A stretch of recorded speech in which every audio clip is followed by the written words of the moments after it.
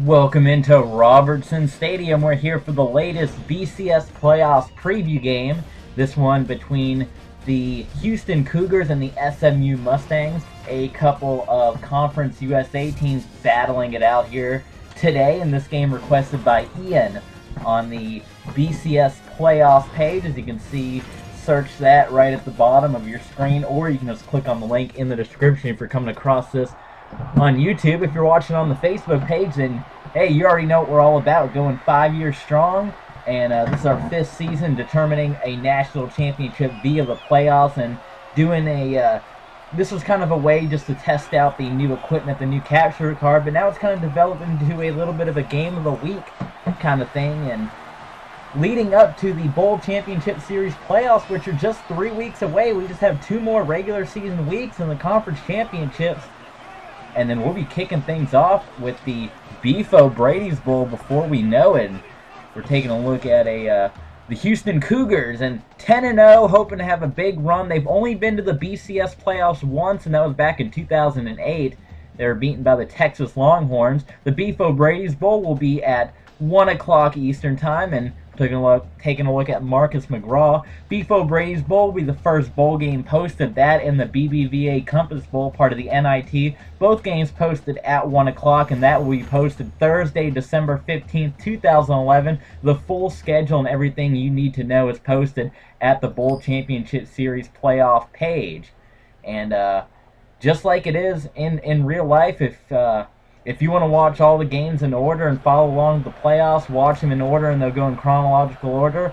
If you just want to watch your favorite team, if you watch a game later in the day, we're going to have spoilers, of course, like any game. If you watch a game that starts at 8, it'll, of course, have spoilers about the 4:30 and 1 o'clock game. So if you don't want to be spoiled by a game, make sure you follow the schedule as posted at the BCS playoffs page and follow the games in order. If not, it's just up for grabs. And take a look at Case Keenum. How good has he been this year? 3,951 yards, 37 touchdowns, just 3 interceptions all year long. The Houston Cougars and Case Keenum have just been tearing up the football field. And heck, they're doing it once again. As we said, the Houston Cougars have only been to the Bowl Championship Series one other time in history, and that was in 2007 when they played the Texas Longhorns and lost by 10 points. And that one was batted down, so 3rd down and 3 as Houston is trying to work in some of the no-huddle. And why do you still call it the BCS? We get that question a lot. Well, the real BCS in real life, they call it the Bowl Championship Series, but how can you call it and there's a draw play and a great defensive stand from SMU. So after one completed pass, SMU holds and they'll get the ball back. But the BCS, the real BCS in real life, they call it the Bowl Championship Series. Well, how is it a Bowl Championship Series when you only get to play one bowl game? That doesn't really make sense. Isn't a series several games? So the playoffs, where you go from one bowl to one bowl to one bowl, that's a true Bowl Championship Series. You're playing a series of bowl games to win a championship. That's why we call it the BCS playoffs, the Bowl Championship Series playoffs.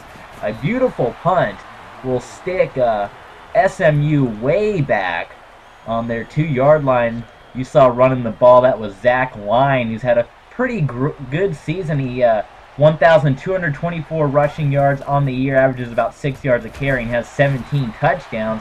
And they're going to give it to Zach Line again, and he's brought down. So not much success for Line early on, as we just read through his numbers. He's been pretty successful, but he's stopped on 2 runs. It'll be 3rd down and 7, and now McDermott is going to have to go on an option play, and he's dropped, I believe, that was number 41. It's hard to get these numbers sometimes. I don't have a spotter myself, but that was Nick Sanchez, defensive back, the senior. And just like that, the Cougars are going to get it back. And because of that great punt by Houston, they find themselves in awesome field position because the punter and special teams helped them out. Case Keenum is going to walk onto the field, and he sees the end zone. They're at the 38-yard line. This is nothing for Case Keenum. Let's see how quickly. Look at that. Look at that. Just like we said, that is nothing for Case Keenum. He connects with number 3, and that was Justin Johnson, the senior from Richardson, Texas. Get some numbers on Johnson. after this play. He's completed he's caught 47 passes for 705 yards. And good running play there. Johnson has 7 touchdowns on the year. It'll be 2nd down and 1 here for the Cougars. Case Keenum. They play action faked it, and Keenum was either going to throw it or keep it himself, and they read that one all the way, did the Mustangs. June Jones and company trying to hand 10-0 Houston their first loss. We not only saw one undefeated team go down last season on the BCS playoffs preview game, but we saw it happen in real life too as Boise State lost to TCU. They looked like they went to the same exact play and it didn't work out for them again. The same exact play, and number 8 Taylor Thompson coming through with the tackle. Wow. And Houston settling for a rare field goal. Kick is up, and the kick is good. So Houston will take a 3-0 lead early here at Robertson Stadium.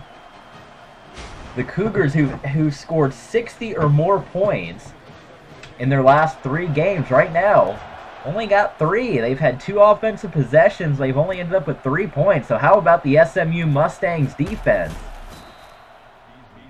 Ball is going to be brought out to about the 27-yard line, and that was run back by number 11 on the SMU Mustangs. We have 2 number 11s on SMU, but if I would to guess, that'd be the wide receiver Cole Beasley that ran it back. McDormand is going to hand it off to Zach Line, and he gains a yard. So right now they're doing a good job of containing Zach Line, not letting him get too many rushing yards. J.J. McDermott, the senior from Katy, Texas. And another run by Line, and he picks up 3. So while we credit the SMU defense, we also got to credit the Houston defense because they've come up with a couple of major tackles on Zach Line, who has over 1,000 rushing yards this season. McDormand goes to pass. That's completed to Line, and he's going to get dropped just 1 yard shy of the first down, and the SMU Mustangs will have to punt it away. So this will be our... This is our third punt of the third punt of the ball game. Nice defensive battle, and that's what SMU likes to see. The ball is going to be fielded at the Cougar 26. Last time Houston started their drive, it was in Mustang territory, and that led to the easy 3 points. Case Keenum's going to have to do a little bit of work this time around. Play action fake. Keenum pitches it out to his wide receiver, and he races forward for a first down. Again, apologies. The Cougars move so quick, it's hard to get numbers on these guys. And as they move to a no huddle, our camera guys don't really have a chance to get down there and get an up-close shot to tell us who our receivers were. Here comes Case Keenum again. He's pressured. He throws it, and look at the blocking. That was a halfback slit screen. As you see, the front offensive lineman broke off to the right, and Case Keenum just pitched it out. Plenty of blocking and a nice 4-yard pickup. They race up to the line, take a look to the sideline. Keenum drops back to pass out of shotgun, bullets it across the middle, and that is completed. That one was caught by number 88 on the Houston Cougars, E.J. Smith, the senior wide receiver. 3rd down and 5 for Keenum and the Cougars. Here comes Case Keenum, throws it down the field as a wide open receiver, and he's gone. And just like that, the Houston Cougars get 7 points on the board. Patrick Edwards, 5'9", 175-pound, senior wide receiver. I apologize. Let's get some numbers on Patrick Edwards. He's caught 61 passes this year, 1,277 receiving yards, averages 20 yards every time he catches the ball, and he leads the Cougars with 14 touchdown catches. You want to know how good he is?